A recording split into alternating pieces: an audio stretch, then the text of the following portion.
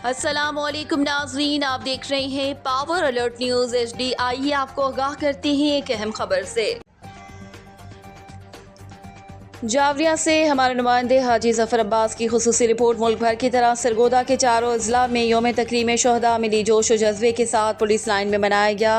तकरीब में base commander Mushaf airbase air commander Sajjad Noori, brigadier commander 3AD brigadier Kamran Haider, lieutenant colonel Saad, commissioner Mohammad Ajmal Bhatti, regional police officer Shariq Kamal Siddiqui, vice chancellor university of Sargodha professor doctor Qaiser Abbas, deputy commissioner captain retired Shoaib Ali, DPO Sargodha Faisal Kamran और DPO बकर मोहम्मद नवीद समेत दीगर civil और फौजी अफसरान, गाजियों और शहदा की फैमिलीज़ ने बड़ी तादाद में शिरकत की। तकरीब आमद पर base commander Sajjad Noori, brigadier Kamran Haider, commissioner Mohammad Ajmal भट्टी और RPO शारिक कमाल सिद्दीकी ने शहदा की यादगार पर फूल चढ़ाए और उनके दर्जात की बुलंदी के लिए दुआ की।